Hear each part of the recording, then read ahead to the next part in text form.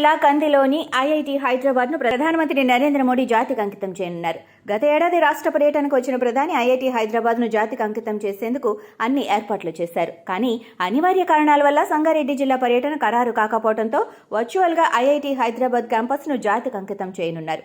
ఈ కార్యక్రమంలో రాష్ట్ర గవర్నర్ తమిళసై సౌందర్యరాజన్, కేంద్ర విద్యాశాఖ మంత్రి ధర్మేంద్ర ప్రధాన్, జపాన్ రాయబారి సుజుకి హిరోషి పాల్గొనున్నారు.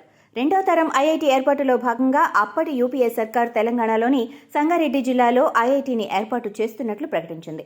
ఆగస్టు 18, 2008లో జిల్లాలోని ఎద్దుమైలారంలోని ఆర్డినెన్స్ ఫ్యాక్టరీ ఆవరణలో ఐఐటి హైదరాబాద్ ప్రారంభమైంది. శాశ్వత క్యాంపస్ ఏర్పాటు కోసం కంది గ్రామంలో 576 ఎకరాలు కేటాయించగా ఫిబ్రవరి 27, 2009లో అప్పటి UPA chairperson Sonia Gandhi IIT Hyderabad campus నిర్మాణ పనులకు శంకుస్థాపన చేశారు.